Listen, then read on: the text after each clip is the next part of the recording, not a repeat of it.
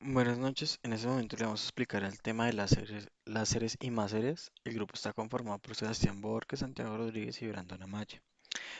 Para entender como tal qué es un láser, vamos a retomarnos a sus siglas en inglés, las cuales son Light, Amplification, Stimulated, Emission, Radiation, lo cual nos determina su definición en inglés como Light Amplification by Stimulated Emission of Radiation, lo que significa en español amplificación de luz por emisión estimulada de radiación. Recordemos que los láseres responden a la conducta de átomos individuales. ¿Qué quiere decir esto? Para eso retomemos a ver cómo funciona el láser. El láser funciona de tal manera que al ser expuesto como tal a ser proporcionado con una energía, el átomo va a tener que el electrón dentro de él suba de nivel. Al ser tan excitado y a seguir subiendo de nivel, lo que va a provocar es que el átomo cambie su estructura. Cuando un átomo o un electrón, hablemos a nivel de átomo, cuando el átomo como tal es expuesto a grandes proporciones de energía, va a querer volver a su estado inicial, con lo cual para volver a su estado inicial lo que hace es emitir ese exceso de energía a través de una luz de onda, una onda de luz, perdón, lo cual permite que al proporcionar esa luz o esa onda de luz estimule otros átomos como se muestra en la imagen. Esto con la finalidad de que se transcurra por todo el tubo. Pero ¿cómo así? Vamos a ver cómo se construye un láser. Bueno, entonces el láser está conformado por dos espejos que están ubicados al extremo, a cada extremo del tubo. Estos espejos deben ser uno opaco y otro translúcido, uno con reflexión del 100% y el otro con reflexión de cerca del 98%. El tubo por dentro debe estar compuesto como tal de un gas que permita bombear, bombear energía para poder usar los fotones. ¿Qué fotones? Los fotones que emiten la fuente de energía. Y como el gas lo que va a hacer es, al bombearlo, lo que va a hacer es crear fotones idénticos a los que genera la fuente de energía. Recordemos que como tal, al tener dos espejos de un lado al otro, las ondas que se encuentran, como mostramos en la imagen anterior, estas ondas van a recorrer todo el tubo de un lado al otro, haciendo como una reflexión o como tal, al llegar el momento de uno de los bordes, va a ir en sentido contrario hasta llegar al otro espejo y luego sí emitir la luz o las ondas de luz que emiten estos átomos. De acuerdo a esto, existen unos niveles o un límite de emisión accesible de estos láseres, con los cuales tenemos las siguientes clases. La clase 1 son láseres que son seguros en condiciones razonables de utilización. La clase 1M es la misma clase 1, pero que no son seguros cuando se miran a través de instrumentos ópticos como lupas o binoculares. La clase 2 son láseres visibles. Los reflejos de aversión protegen al ojo, aunque se utilicen con instrumentos ópticos mencionados anteriormente. Clase 2M son los mismos de la clase 2, pero no son seguros cuando se utilizan instrumentos ópticos. La clase 3R son láseres cuya visión directa es potencialmente peligrosa, pero el riesgo es menor y necesitan menos requisitos de fabricación.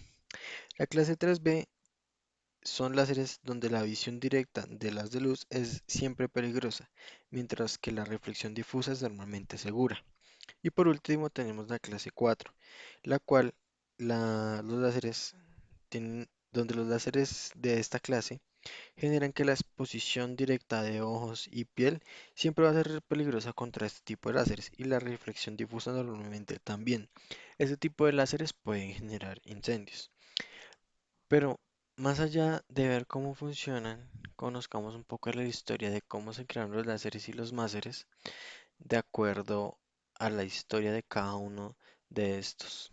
Pero como tal vamos a verificar la historia de cada uno de estos, tanto el láser y el máser, para luego proceder a explicar cómo funciona el máser, ya que es similar a cómo funciona el máser, solo que con una cierta diferencia.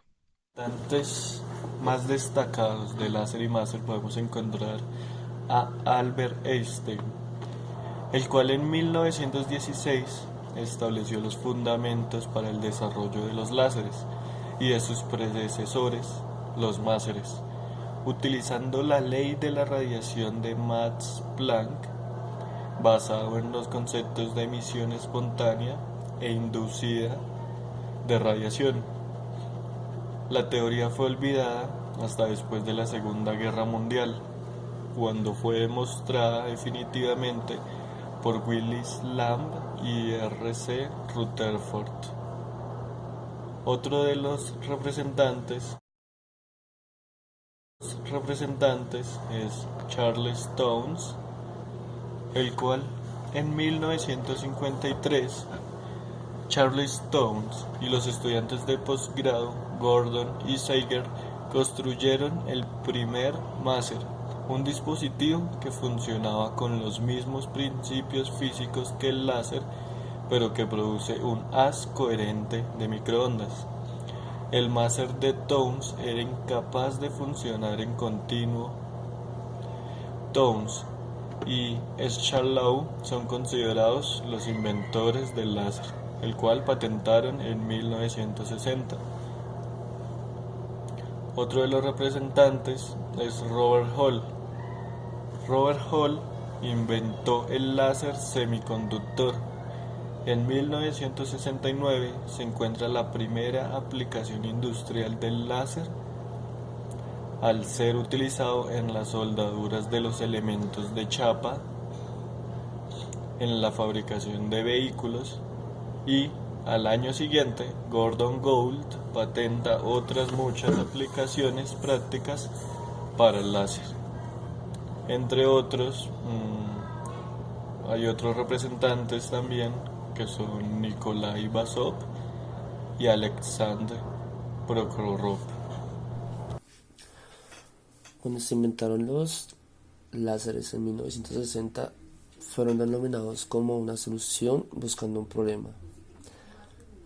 Pero luego de eso se volvieron algo muy presente en la actualidad.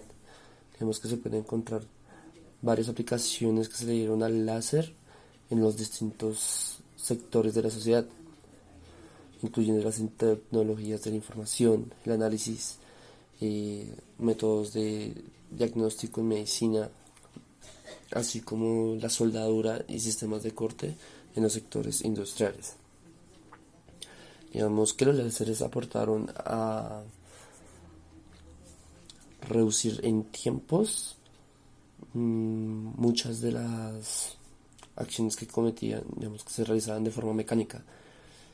Digamos que se utilizó para calentar, fundir o vaporizar materiales de forma precisa. Se utilizaron para alterar diamantes, modelar máquinas, herramientas, recortar componentes microeléctricos, calentar chips, semiconductores, cortar patrones de moda, sintetizar nuevos materiales e intentar inducir la función nuclear controlada. También fueron utilizados para la fotografía, en la construcción de carreteras y edificios. Por la parte científica, los láseres se utilizaron para detectar el movimiento de la corteza terrestre, para efectuar medidas geodésicas. También son los detectores más eficaces de ciertos tipos de contaminación atmosférica. Se ha empleado también para determinar con precisión la distancia entre la Luna y la Tierra y realizar más experimentos. En las comunicaciones, en el sector de las comunicaciones, como la luz de un láser puede viajar a largas distancias por el espacio, y pues por la reducción de la intensidad de la señal, digamos que puede transportar más información mm, a mayor velocidad, por así decirlo. Digamos, un ejemplo es que se pueden ver más de 1000 canales de televisión. Lo que ahora vemos como televisión fue también incorporado por esto. Eh, digamos, la comunicación también fueron implementados para la comunicación espacial, el desarrollo de fibras ópticas y digamos que el sistema de teléfonos y redes de computadoras. Como último, pues también fueron implementados en el área de la medicina. Digamos que los láseres hicieron posible cortar y cauterizar ciertos tejidos en fracciones de segundo, en tales como esas operaciones láser que ahora existen. De acuerdo, con eso terminamos la explicación de la serie Master. Gracias.